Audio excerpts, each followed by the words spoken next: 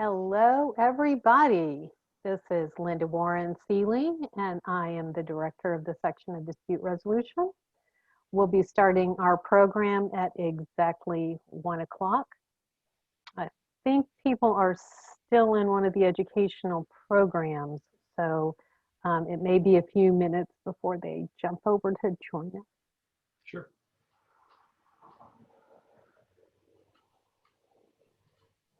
I wish they'd stop texting me. Well, I will try to make the 5 o'clock event tonight. Oh, I hope you do. I hope you do. I think it'll be fun. I may actually, it's Woodford Reserve. It's in Kentucky, and they make like a premium Woodford Reserve double oak bourbon. And what I never realized was, oh, hi Susan. What I've never realized was that double oak means that they use 2 different oak barrels and they age the bourbon for like twice as long. Wow. So if you're a bourbon drinker, I think that sounds pretty good. It does. It really does. So now for the event the other night, how many people did you end up having for that event? I'm thinking about 30. Oh, great. I think that's Very nice. right. Yeah. Yep. Very nice. Oh, look, I don't know if you see the chat, but Susan Guthrie's there, and she said, oh, she learned how to make a great old-fashioned for her father-in-law. That's right. Well, Susan, I can't see you, but I can see you there. People were talking about you last night, about your capabilities on using Zoom and virtual hearings at the Bankruptcy Institute. Sylvia Meyer was talking about all the stuff that you do. I was really interested. Somebody else was talking about using Zoom for bankruptcy hearings, and that there's an expectation that there's going to be a significant number of probably Chapter 11 bankruptcies, and especially like in the commercial real estate market. Have you heard anything like that? And we actually have a program now, a new program. If you go to our webpage, it's on the banner. Bankruptcy program. We started it to help the courts, and we've been meeting with judges throughout the country, and we currently have a really large case right now from the Texas courts, regarding a bankruptcy. So we're expecting a lot, and the advantages of using outside providers, institutions, is that we can use any system, any virtual system. The courts are locked in, unfortunately, to a specific system because they have contracts and things like that. So, and some of them are not that great. I don't like Microsoft Skype at all. I like Blue Jeans is fine, Zoom is fine, but some of the other ones that the court systems throughout the country are locked into are not that great, and lawyers are complaining about it. What was that you said? Microsoft what? Microsoft Skype. They purchased Skype, and and it's not awful, but it's not as good as Zoom. So well, I think what we're seeing. Where'd y'all go? There you are. I think what you're seeing is that you're seeing a lot of private providers starting to step into that space. And one thing that we're hoping we will discern from this expo is, where are the holes? Where is there no technology that somebody needs to step in and kind of plug that hole? So sure, absolutely. Yeah. No, and I think they will be turning to us because the court systems were closed for several months, and the backlog is phenomenal. It's huge. Right.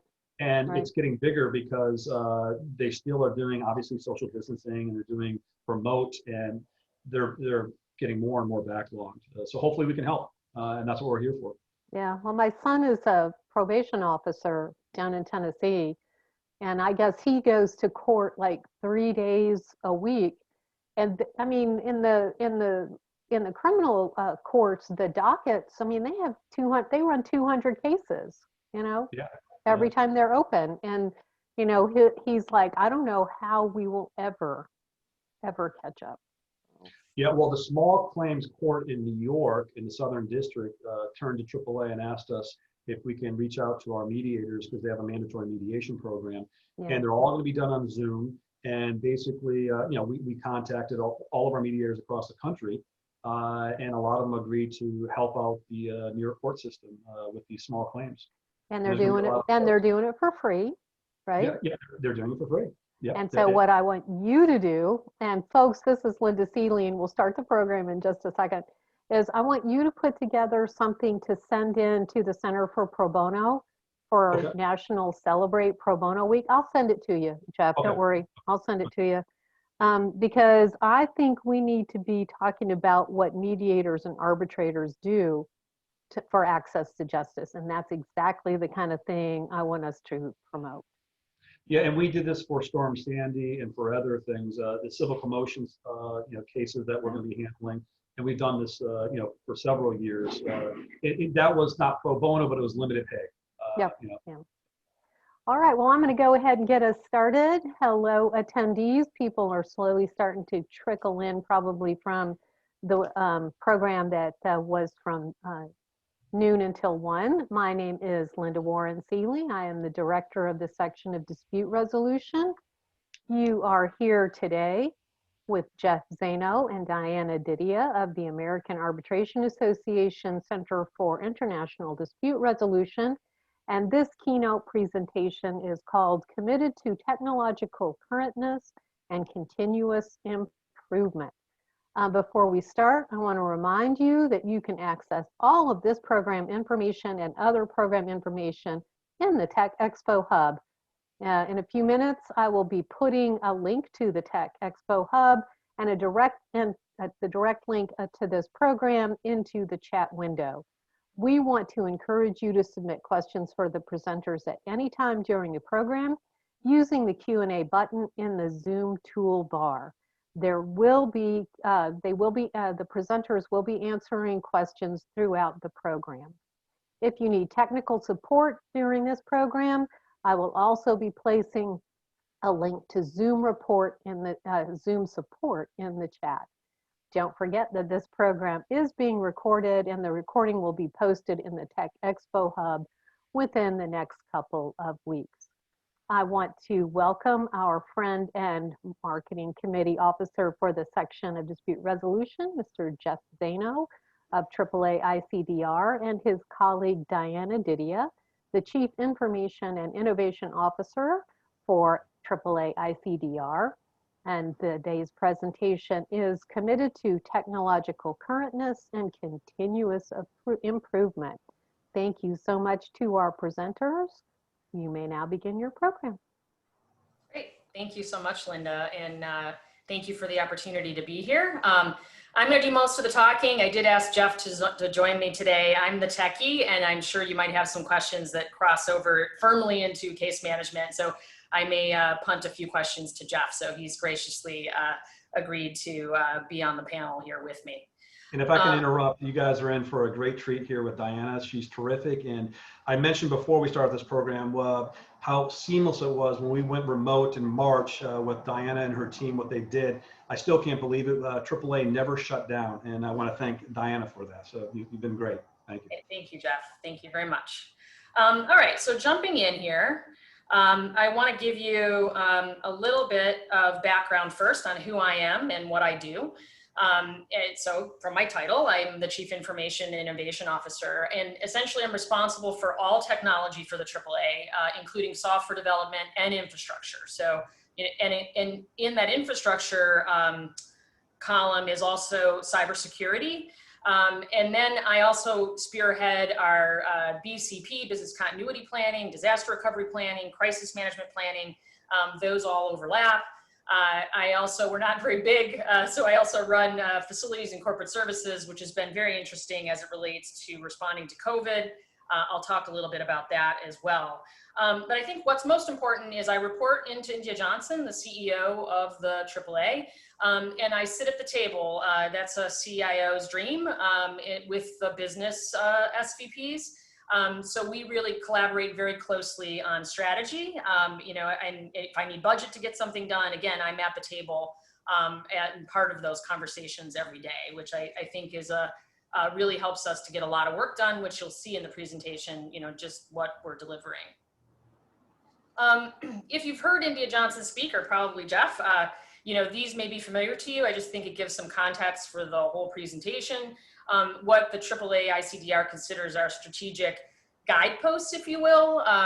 And you can see how these relate to technology and to our actual service offerings. Quality being paramount. So that for me, that means quite high quality code and ensuring that whatever we're doing has been tested as well as it can be. Obviously when you cross into case management, there's a lot more there as relates to our quality of service. Ease of use, again, you can see how that really touches on technology, everything that we develop, our case management resources, websites, we want to make sure that we're making them as intuitive as possible, and that we're removing any barriers for our customers to utilize the services that we're delivering. Options from a case management perspective is, the flexibility in fee schedules and different ways to pay and all of that. And again, I need to support all of that. So, we're always talking about, building different tools or avenues or, ways to interact with our customers. And again, you can see how we are collaborating with the business on that. Knowledge sharing is another aspect. So again, we produce a lot of websites. We'll talk about all of those, making it easy to maintain content, to post new and fresh content, etc. Expanded presence. We opened an office in Singapore. Forgot how long ago that was. It seems a long time ago now, but not very long ago. And of course, technology, my team played a big role in that because we had to wire the whole office and talk about the fact that we had a brick and mortar that was on the other side of the world. And then promotion and outreach. And we obviously support our people like Jeff in providing analytics and other things. And then also, here I am, we're out there talking about what we do and how we do it. And I think all of us at the senior bench are playing a role there. So those are the strategic objectives. Also, by way of some background here, I wanted to talk about what we consider to be the differentiators of our technology team. So first of all, we really believe in diversity and flexibility of our options. So we have many websites and we have very customizable and extendable case management systems.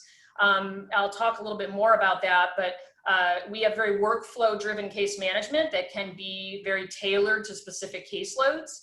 And we really pride ourselves on being able to develop and deliver support of even brand new caseloads very quickly. So that's something that we really worked on the last several years, we made it more plug and play, so we can be very responsive and not have to spend a lot of time building something new. So I think that's important in a differentiator. Volume and capacity. So we have 600 employees, about 5,500 panelists, 28 permanent IT staff. I think people are always surprised to learn that the AAA has a CIO and an IT department. So yeah, we have 28 permanent IT staff. We also use a scalable offshore bench. So we have a relationship with a software development company in India. And there's been times when I've been asked to relaunch a couple of websites at the same time, and we ramped up to almost 50 people offshore that were helping us do that. So we have a great relationship, long-term, almost 10 years now with the group there. It gives us a lot of flexibility in the way that we respond to requests from the business. We are we support very high volume caseloads. Our New York State insurance caseload is 350,000 cases a year. And so we can take on a lot of load. We're not afraid of that. We have our own data centers co-located in a couple places. We wrangle with almost 250 terabytes of data. And we looked it up, me and my network engineer, and we have about 12 million transactions an hour. I mean, that's every query we do and phone call we make, and anybody pressing a stroke on a keyboard that interacts with our systems, and we could really handle about double that. So we're in a great place there. Innovation, I think, is a differentiator. We have a formal innovation program, so thus the additional I in my name. And what that means is that we have committees, we do trainings, we have roundtables that every level of staff can participate. And we're really trying to teach all of our staff to be innovative thinkers and to, you know, feel comfortable to submit ideas for improvement, whether it be for process or technology. And, you know, they're really the ones that are interacting with our customers on a daily basis. And so we wanted to make sure that we're mining all of that interaction for good, for improvement. Another differentiator is our cybersecurity and our BCP. Frankly, I'm usually asked to talk a lot about that, and I've been deployed to talk a lot about that because we have invested many hours building a very strong cybersecurity program. And I am going to talk about that. I did give some meat to that in today's presentation because I think it's really important. I'll talk a little bit about what we're doing internally, but also, you know, what we're doing to help our arbitrators and the case process in general.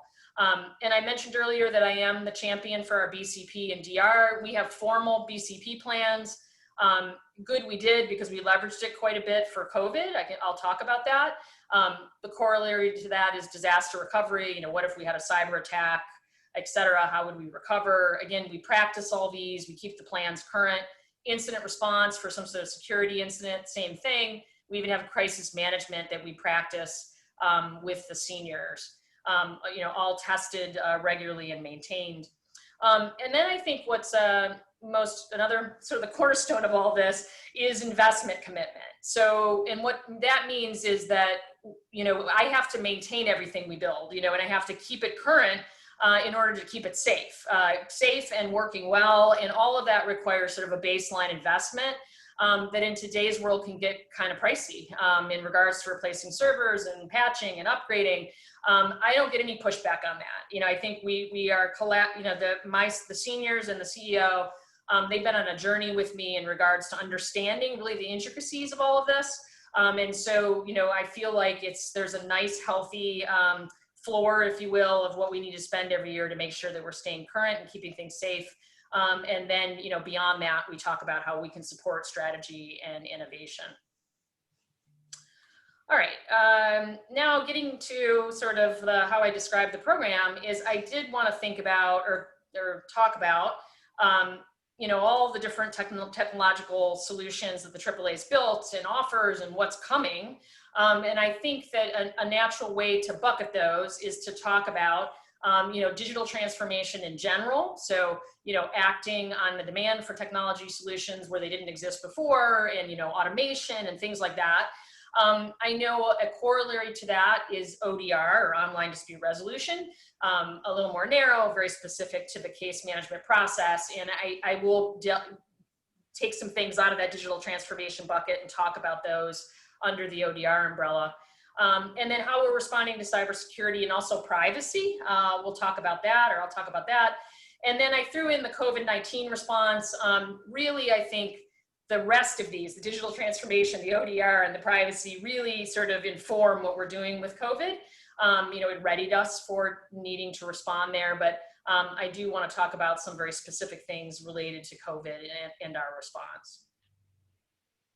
All right, starting with digital transformation, this is just a quick summary of really all the tools and services that we support. And a good, the majority really have been custom built by the IT team.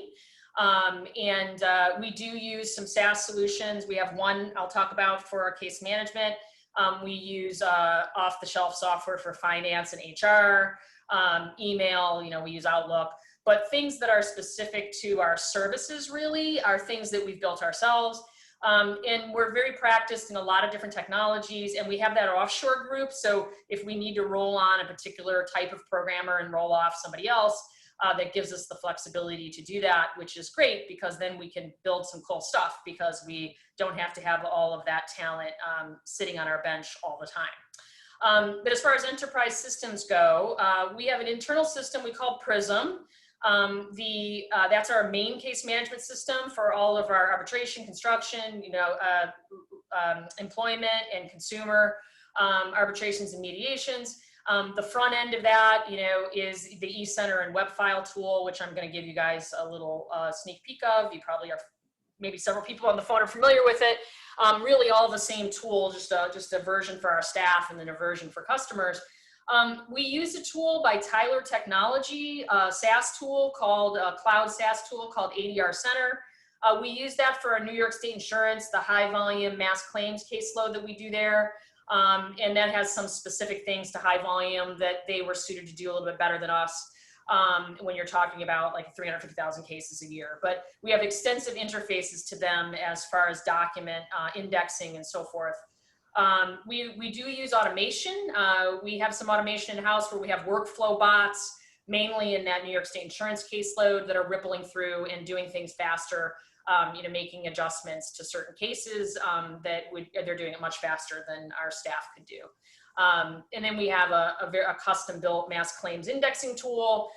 You know, almost all the stuff that comes into New York State Insurance, really heavy document management, X-rays, you know, tons of medical records, and you know, we have a whole team of indexers that are in a particular tool that help them to break those out and label those documents and get them ready for arbitrator review. So that's our enterprise systems. We have, what is this, about 5 or 6 corporate websites.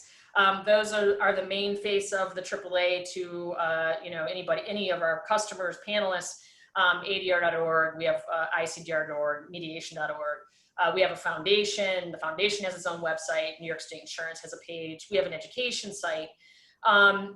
Maybe the most interesting part of this slide is this case management resources.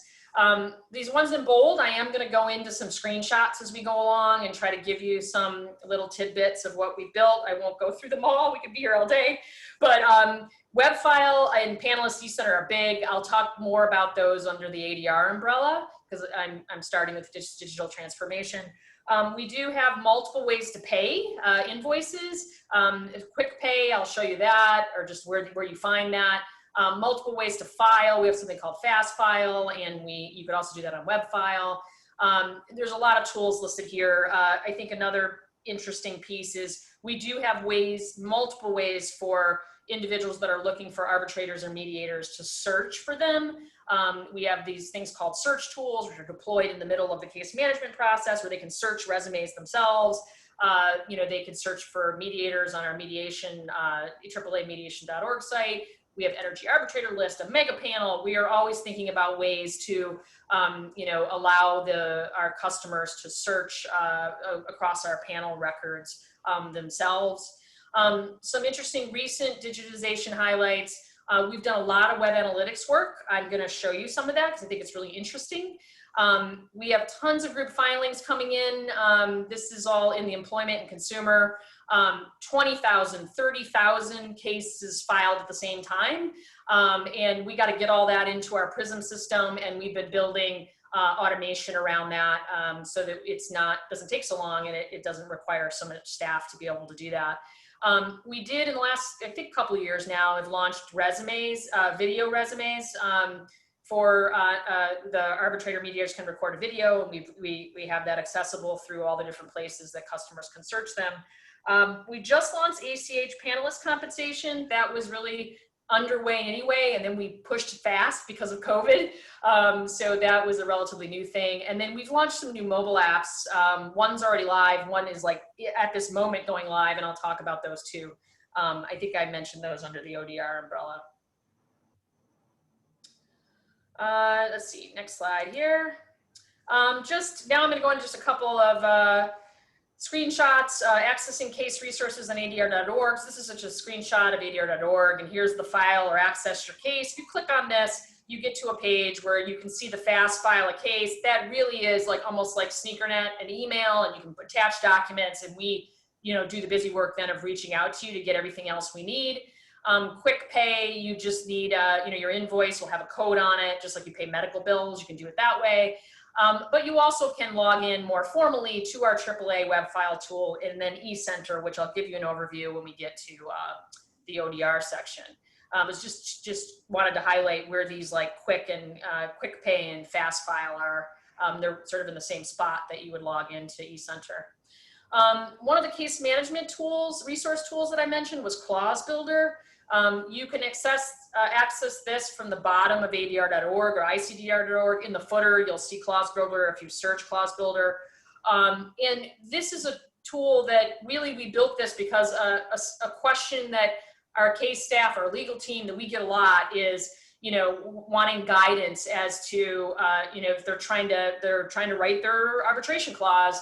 And, you know, especially the more complicated ones when it gets to, you know, various types of options that you want to build in, you know, we felt like it's hard to keep up with all that and to be as responsive as we could. So we built a tool that'll walk you through step by step and help you to build your clause.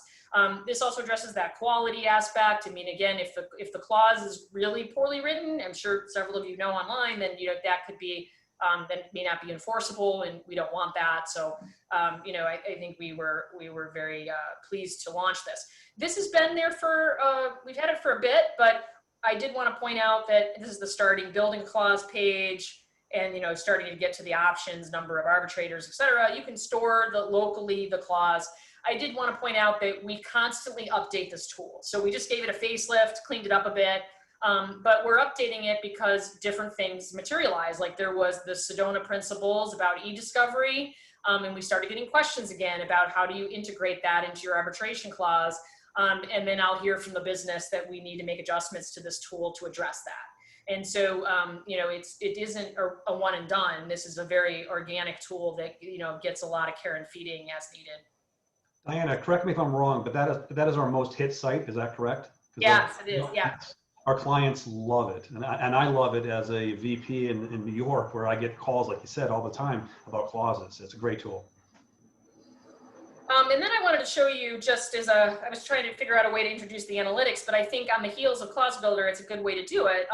So we have a Tableau internally and a data warehouse, and we have the last few years really been pushing to build a lot of analytic tools, all aggregated data. You know, we're not, I'm gonna get to talking about privacy, so we're not talking about what an individual did, but the CLAUSEBUILDER tool, understanding which options people are building in when they're building a clause really sort of telegraphs to us the future of ADR, right? At least in one way, sliver. And so we really are looking at and analyzing, you know, the different options that people are building into clauses. And so we give this to Jeff and my colleagues, and you know, they can be informed by that. And this is just another version of the CLAUSEBUILDER analytics dashboard, you know, showing you the options that were selected. And then we do that as well. I mentioned these search tools that we've built. And again, if you've been an advocate with us lately on a case, you know, especially the large complex ones, you know, we'll issue you a link. The case manager gives you a link to you know, a small search tool that allows you to browse through all of the resumes of our panelists and search a bunch of different ways. And we're always curious then, I mean, again, there's lots of good data there as to what are people looking for in their arbitrators, you know, what are they searching on, you know, by practice area, et cetera. And we have different versions of that search tool. We have Mediator, we have, you know, for the different, we have international one, and we have a dashboard for each of those. So, you know, again, it does start to inform, you know, that helps us with our relationship with our panelists because we know now what customers are looking for. And it helps us build our panel because we can look at different skills and, you know, what they're searching, you know, what criteria they're looking for in an arbitrator or a mediator. And then last, under this umbrella of digitization, you know, it's all really about getting access to information that was not accessible before. And this is just an interesting little somewhat esoteric one, like we buried on the ADR.org. If you go to the consumer page, you'll see this consumer clause registry, and consumers can search, you know, anybody that has a consumer arbitration clause where they name the AAA, they are required to register it with us, and then we give transparency to customers, consumers, that clause exists.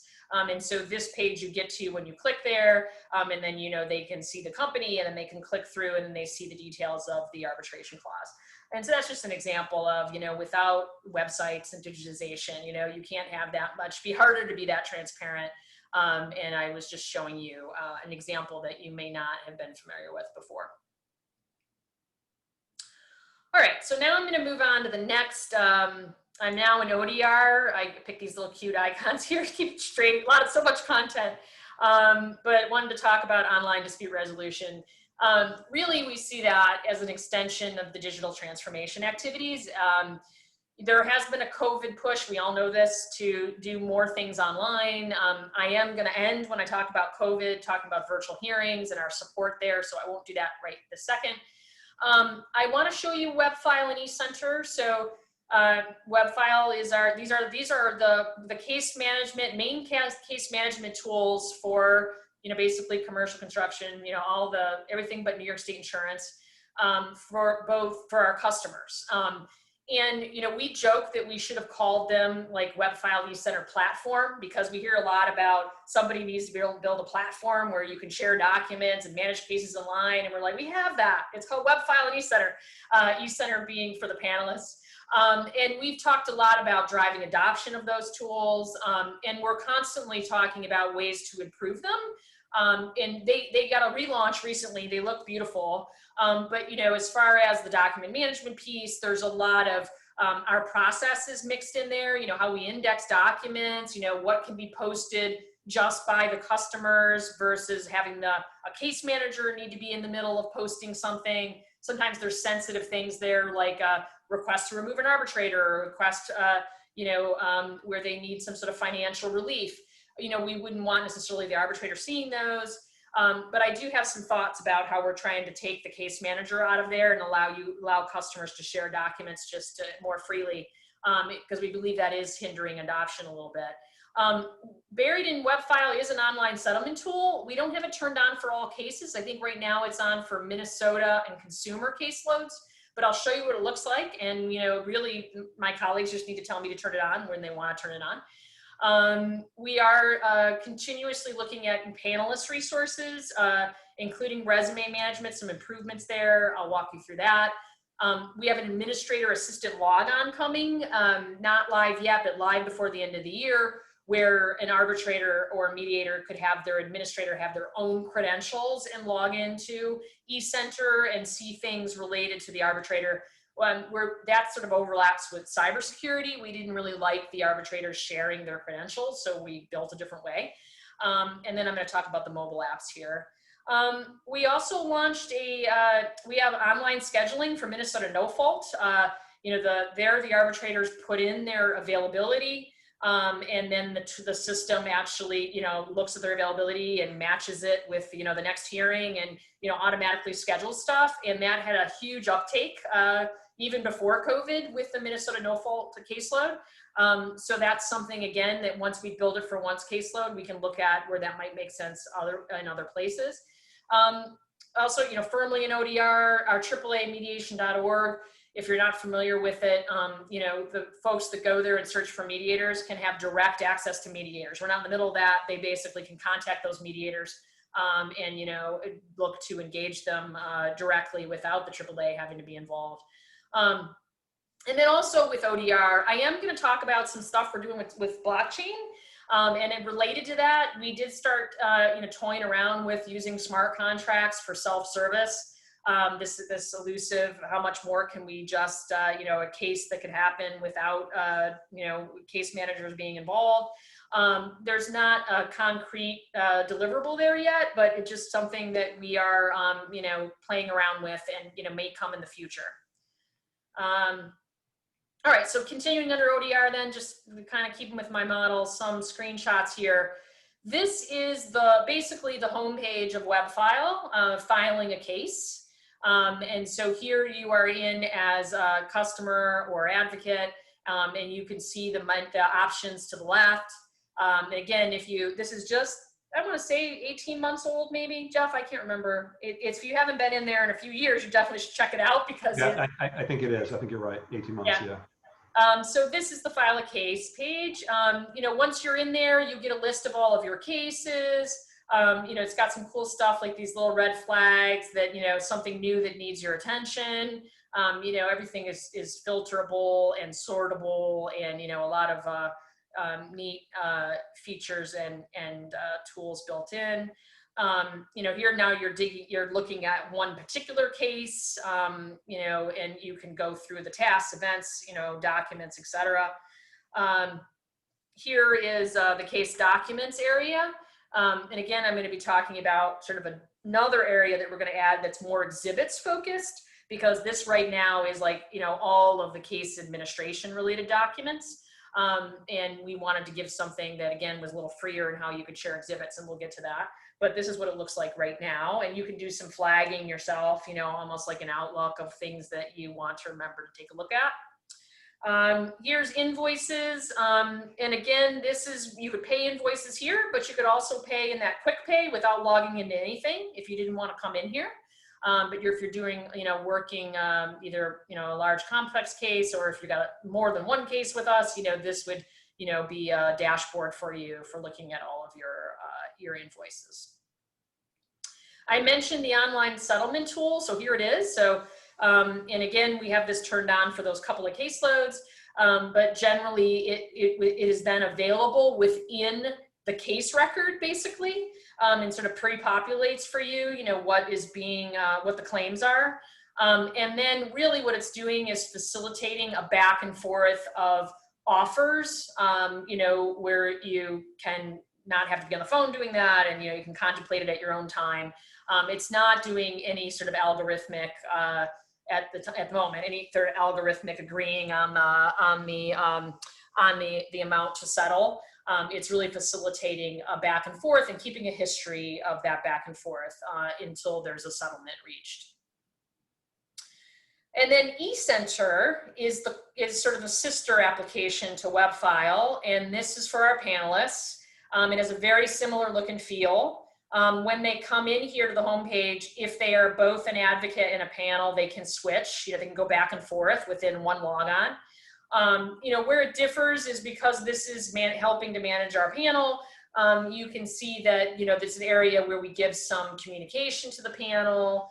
And, you know, there's the links to education and training. There's actually some information security stuff, which I'm going to talk about in our security area. You know, but generally it has, you know, all their cases. It has an area to update their resume. To note here, if you update your resume in ECENTER, it's updated everywhere for the AAA. So that's another thing that we spent a lot of time doing over the last couple of years, was to make it so that if you update it once, you never need to update it again. So it'll be right on mediation.org. It'll be right in all of our arbitration search tools. It's right in Prism. If a case manager is sending out the PDF, it is one record, and you can update it through the online tool and be assured that it's consistent everywhere. And then still under this ODR, the mobile, our new mobile apps that we launched, the rules app is already live. So this is, you know, simply a tool where you can look at, you know, pretty static information, and then we, you know, we update it if it needs to be updated, but it's like a quick reference for standard arbitration clause and a quick reference for various tools. Can you pause 1 second? There's a lot of noise outside my window. Excuse me. Let me just don't do that. Hold on. And then I have a quick question for you, Diana, about the mobile app and whether or not. But the good thing is, Diana, we can't hear it. I know it's probably distracting to you. I'm sorry. I couldn't hear myself think there. Sorry about that. The good thing is we couldn't hear it. That's the good thing. Okay. But a quick question about the app. I love the app, and I use it all the time now since the pandemic, and I have it on my iPad, my iPhone. Is it iPhone? Is it for iPhones, Androids, or multiple sources? Yep. Yeah, it is for multiple devices. Yep. Okay, because it is a great thing. And so the audience, please, you should download that if you work with AAA. It's phenomenal. All right, so that is the app that's already live. The new app that is coming imminently, it's either, I mean, it's literally this week, next week, there's going to be some announcement of it, is the ECENTER mobile app. So this is for panelists, and this is actually allowing the panelists to take care of certain things right there on their mobile device. So they can look at their cases, look at events, they can do some task work, you know, so it just like apps typically are, it's a subset of, you know, all the features and functions that are in ECENTER. But we did have, you know, a committee of panelists that helped us to really sort of narrow down what we think, you know, is doable and what they would want in on a small device versus logging into the website. So we're pretty excited about this. And then, the next one would be a WEBFILE mobile app, and we'll have to determine if there's really a need for that. If there is, we'll build it. And again, as part of that innovation, our formal innovation program, we do have focus groups that we convene to try to help give us input on either, should we even do this project? And then once we start, trying to give us feedback on the particulars, if you will. All right, so that was ODR. I now want to talk about cybersecurity. So I'll move into that. On cybersecurity, the AAA really, we've thought of it as sort of two areas of focus. The first area was our own systems and our employees. And that was sort of, the basics that everybody was addressing, going back several years now. And we took a very formal approach. I'm going to go into the details about that in making sure that we were really protecting all of this sensitive data that we were taking on in our systems and, that our employees deal with. And then we felt like we got pretty good at that, knock wood, it's never perfect. It takes a lot of care and feeding, but, we have staff that are dedicated to, we have some vendors involved, we have a strong competency there. And so then where we pivoted was more towards case participant focus. And this has been just the last 18 to 24 months where we really said, you know what, we need to be doing a little bit more to share all of this knowledge that we've learned with our panelists, with our customers, and really helping to move the needle on case level cybersecurity. And I know there's a lot of arbitrators that I'm on a lot of panels with. There's a lot of people who are very focused on this, which is great. And then, we just wanted to jump in that fray because we feel like we've got a lot of good knowledge to share. And that because we're in the middle of the process, it's really should really be part of our mission and our role to help with the integrity of case in general. So I'll talk about some initiatives that we have going on in that bucket as well. So starting with the employee systems focused cybersecurity, we use the NIST cybersecurity framework. It's the government cybersecurity framework. We measure ourselves against that, use it like a checklist. We have a formal information security and privacy committee that's comprised of me, representation from legal, from human resources, and from the business. So that's just to make sure that, I'm wearing these separate, I'm wearing duplicate hats. I run technology and I also am running security. And to sort of keep me honest, I really wanted to run it as a committee so that I've got other people looking over what we do and how we're measuring ourselves, et cetera. I mentioned all the plans we have in place in regards to BCP. Our staff go through extensive security awareness training. We also mock phish our staff. That means that we're sneaky. We send out emails and try to get them to click on links that in theory would, could have malware in them. And we measure them, and they're really skeptical because they don't like showing up on a list. They show up on a list if they fail and the CEO knows. And it's, we think it's been a great way to really make them really thoughtful about the way that they are managing data and also, emails and not clicking on things just willy-nilly. We have a very rigorous policy portfolio. We update it every year in regards to patch management, clean desk, acceptable use of technology. And again, our staff are used to all these things. And we use enterprise grade protections, back to that investment commitment. We have, best in class firewall. We have a managed security service provider that monitors our firewall 24/7. Will wake me and others up in the middle of the night if they see something funny going on. So we have a lot of really good protections there. And we do measure ourselves regularly. We have an audit committee as part of our governance structure organizationally. I report to the audit committee on pen tests, vulnerability scans, risk assessments. So, they're another oversight. All right. And then lastly, as it relates to employee and system security, here's where I'm going to dig in a little bit, is about security and privacy by design. So almost everything I mentioned up until now here is about infrastructure, the sort of the nuts and bolts and key pieces of locking the doors to your house. But another piece of security in privacy is your applications and your data. So security by design, I'll just touch on that. That's making sure that when we develop code and websites, they also go through reviews and there's like best practices to make sure that you're not putting in a vulnerability in your website that allows somebody to walk through your firewall. Also multi-factor authentication and things like that getting baked into any tool that we're launching for external use. Now, privacy by design is the one I'm going to dig into even more now. So we did do a GDPR sort of assessment. I mean, when that was launching, you know, there's not really yet, you know, you can't be GDPR compliant. You know, it isn't gotten there yet, but there was a lot of guidelines in there that we wanted to make sure, you know, we have ICDR that we were adhering to. You know, we did the basic stuff, cookie banners on our websites, but we also created a very thorough privacy by design program. And I will want to talk to you about what that means and what that is.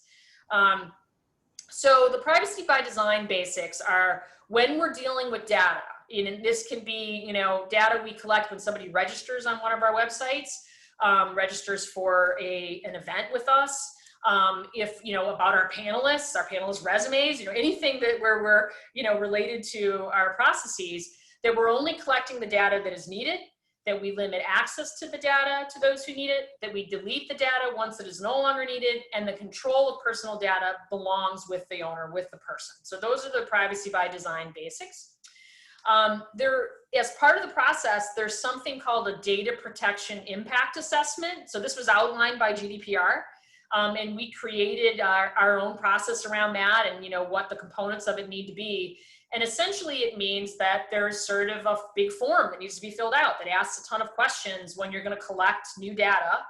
And, you know, that our Information Security and Privacy Committee then reviews that and makes sure that we're not doing something we shouldn't do, or that if we are sharing, you know, we in what ways are we going to let the individual be in charge of their own data.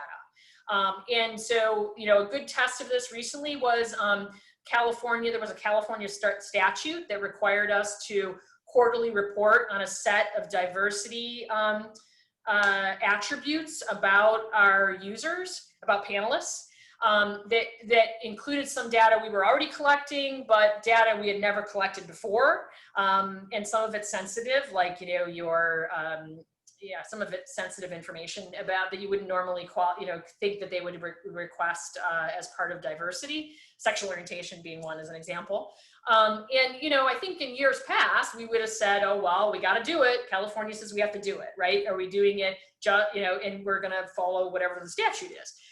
But this time we filled out a data impact assessment, and we really looked at, you know, how we were going to store it and the way that they could opt out. And we even got into, you know, how visible is that? How intuitive is that? And in making sure that we had the right communications going out to the panelists that as we were collecting this information. And then ultimately, again, the panelists have the control if they want to, you know, have this information not submitted at all or have the information deleted, they could do that. Another aspect of the privacy by design is limiting staff access to case records. We call this data viewing privileges. And back in the old days, you know, we had out of our 600 employees, you know, 400 and some odd are case staff, and they would go into the case management system. And of course they were working on their cases, but they could see, you know, every case in there if they wanted to. And this is a few years old now. We took this more HIPAA approach where we said, you know what, no, you're not working on those cases, you don't need to see them. And so we have ways to limit the number of eyeballs by status, by intake, pending, or closed cases, by division and location. And, you know, just using division and access to ICDR cases can go from 300 plus staff that could see them to fewer than 40 staff members that could see those cases just using division. And then we also have something called high profile cases. You know, so we do have cases for, you know, actors, politicians, you know, athletes, you know, or some high profile case in general, you know, that were the parties, it's been in the news. We really want to do extra protections on those. And so we really lock them down, and we can take an employment case involving a well-known athlete, access can go from 75 plus staff to 10 or fewer. Really, we can keep it to the VP, the case manager, and the SVP are the only ones that could see it in our case management system. So that's another aspect of privacy by design. We also purge case documents and do data anonymization. So most documents are purged 18 months after closing. The data anonymization is relatively new. That did also come out of GDPR. So we're looking at, you know, older data documents we were always purging, but case record information, you know, we were keeping a lot of that because, you know, we looked for conflict checking, you know, things, conflict checking related to arbitrators, you know, award data. And now we're really got a little more sophisticated as to what pieces of a case record we're going to anonymize, and then keep the record there if we still want to have at least, you know, like say the award that might be interesting from an analytics perspective in the future. And then managing exceptions. I mean, obviously we have to be careful that if there's, you know, we have a legal hold on something, we can't do any of this. If there's money due on, there's some variable settings. We need to be a little sophisticated there, but we are purging and anonymizing records. All right, then moving on. So that was all things related to our internal security. So those are things we're doing to protect the data and you know, the records that we take ownership of in our systems and that our staff deal with. Now this is I want to talk about that other focus where I said we were turning around our learnings and talk about the case participant focused cybersecurity. You got to hang with me here because there's so much content, sorry, but we think of this in 2 buckets. So we had 2 buckets to begin with, then we got 2 sub buckets. Under this case participant focused cybersecurity, we think of it as arbitrator security. So arbitrator or mediator, sorry, I should say that. And that is the security of their own devices and their own behavior. So, you know, this is their laptop, their phone, you know, their email, and how we can influence that. So that's one aspect of this case participant focused cybersecurity. And then there's something we've been calling security within the context of a case. And that is about the process itself, like all of the sharing of documents and retention. And, you know, you've got a lot of players working together. So if you assume they've got good baseline security with the devices they're using, you know, what's left in regards to helping them to secure the process? And I'll talk about that too. So the arbitrator cybersecurity initiatives, this is back to their personal devices, arbitrator and mediator, their personal devices. We have a cybersecurity basics checklist that's on ADR.org. If you're a panelist with us, there's an ACE course. You may have heard my voice before. It's me on there going through very detailed tips of things you could be doing with your laptop, ensuring, and your email, etc., VPN, and everything, the basics you need to do to ensure that you're practicing good basic cyber hygiene. We are doing we were before COVID hands-on training sessions. So for our panelists, we actually started down the road of bringing them in small groups, you know, 20 something at a time. And my help desk staff were on hand to actually help them make settings on their own personal devices, you know, turn on the firewall, turn on the full disk encryption, you know, enable VPN, you know, actually make changes to their device. And we just thought we were ready to do that countrywide. It was going to be an initiative for the next 24 months. We were going to try to touch every arbitrator that wanted to come in for free, included in their panel fee. And then COVID hit. We did about 4 or 5 of them, and then COVID hit. So we have been doing some sessions virtually. It's more of a tip session than it can be. Obviously, we can't virtually be adjusting people's machines in any efficient way. But hopefully we'll be able to pick that back up. We did launch a new cybersecurity and technology page on ADR.org. I'll show you that, trying to, you know, make it one place you could go to get some stuff. There's an education services, cybersecurity awareness training course and certificate for panelists again on our education services site. Also for panelists, there's an ECENTER security tips and training page. I'll show that. And then this is a big one, this last bullet. I'm not live yet, but we're in the middle of a pilot with something that we're calling Case Shield by AAA. And this is a virtual cloud-based desktop where our arbitrators and panelists could subscribe to a service where they actually are working in the cloud, you know, so they have a new email account in the cloud that has enterprise level protections around it, and a desktop where they could use Office 365 and save documents and all of that, instead of saving it locally and worrying about keeping their their desktop, you know, all updated all the time, they could actually work in this virtual environment and be assured that there's protections there, especially against ransomware and, you know, breaches of their email, which we do see a lot as it relates to arbitrators and mediators with their personal devices and their personal email account. So those are all the ways that we're talking about trying to help arbitrators and mediators. This is the new page on ADR.org. So now on the top level navigation, there's something called Cybersecurity and Technology. If you click in there, you'll see that there's a section called Cybersecurity and Data Protection. Good stuff out there, including summaries of our business continuity plan, summaries of our security program, best practice guides, you know, a lot of good stuff there.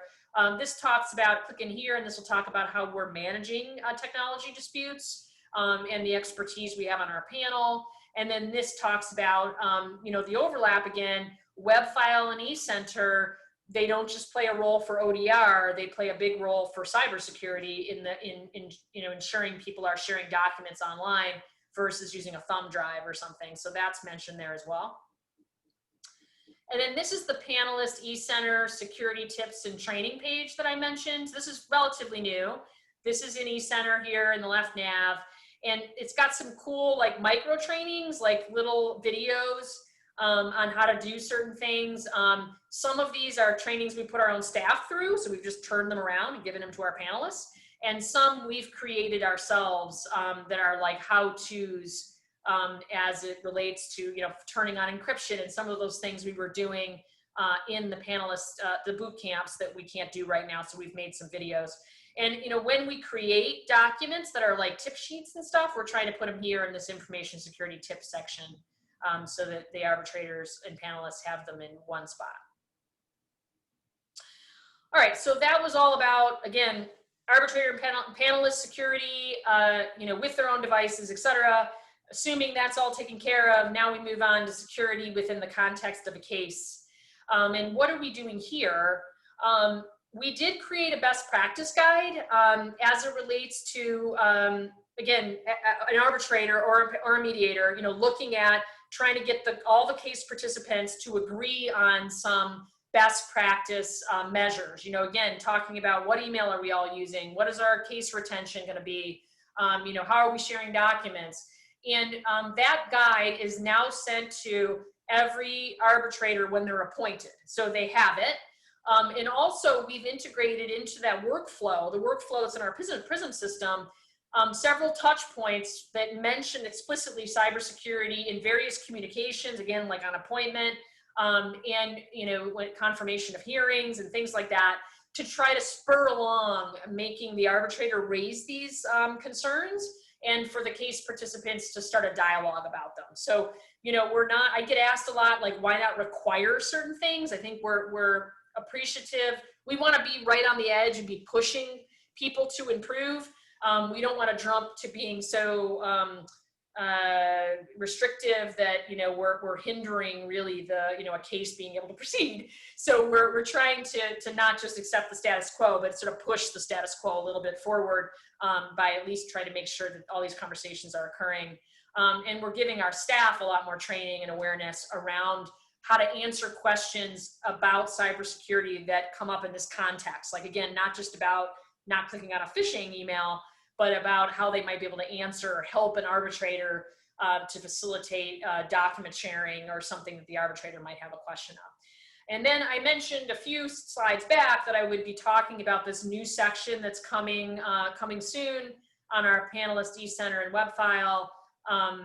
And we're calling it the hearing exhibit space.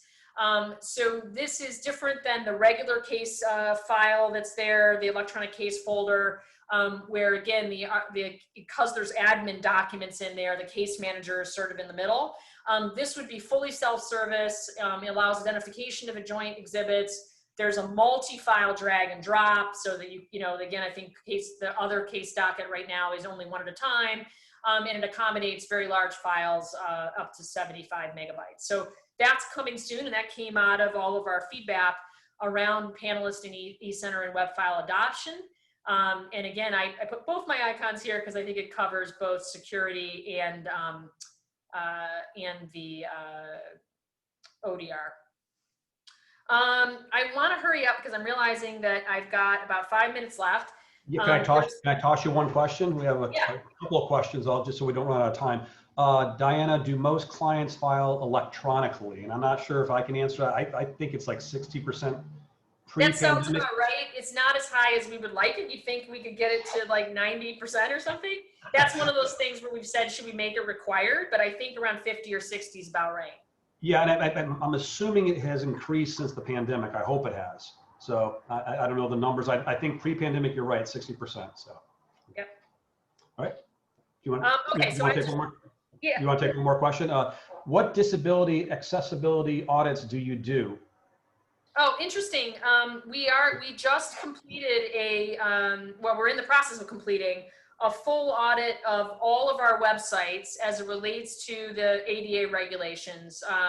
And so we're looking at, color contrast and, ability to hook into tools for speech to text, all of that.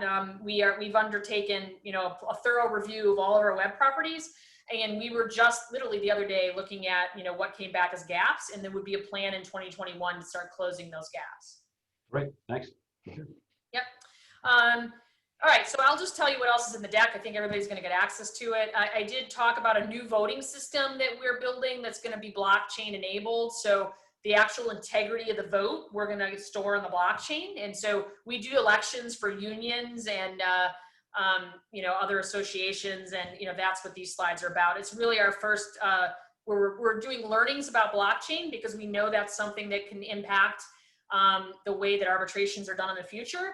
I believe in eating dog food, meaning like if you learn to play with these tools, we're better able to sit at the table then and talk about how they might impact ADR and ODR. So here's a tool that we're building that is actually going to have some blockchain overlap.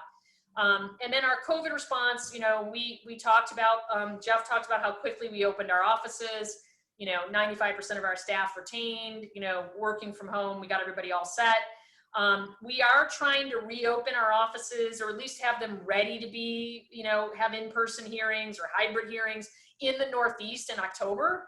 The numbers are low. We have some, we're hanging signs and doing all that stuff. I mean, who knows if they really will be used, or if the COVID numbers will stay low enough, but just know that we're very focused on that, taking a very careful risk and compliance approach. There is a COVID resource center at ADR.org. If you, it's right here in the one of the boxes on the homepage, COVID resource center and virtual hearings. COVID resource center has a bunch of stuff that is useful, including learning about our hearing facilities and the status of them. And then the last thing, if I've just got a minute, I will talk about virtual hearing support. So virtual hearings through the roof. I think I was trying to look at stats quickly. I think 600 and some odd virtual hearings in the last couple of weeks alone. So the uptake on them, been thousands of them since we started with COVID. We do have, this is on our website, virtual hearing guides. And I think what's really useful here is we did go through looking at Zoom, for example, and all the settings that you need to do to have them turned on to use Zoom in a safe way. And we have internally trained what we call champions that can host these virtual hearings that are familiar with all these different tools, not just Zoom. Made it to the last slide. Look at you, good job. That is so impressive what you guys have done. Amazing work. Yeah, a lot of really good work. It's fun. It's fun too. We're happy for the collaboration with my colleagues. Mm-hmm.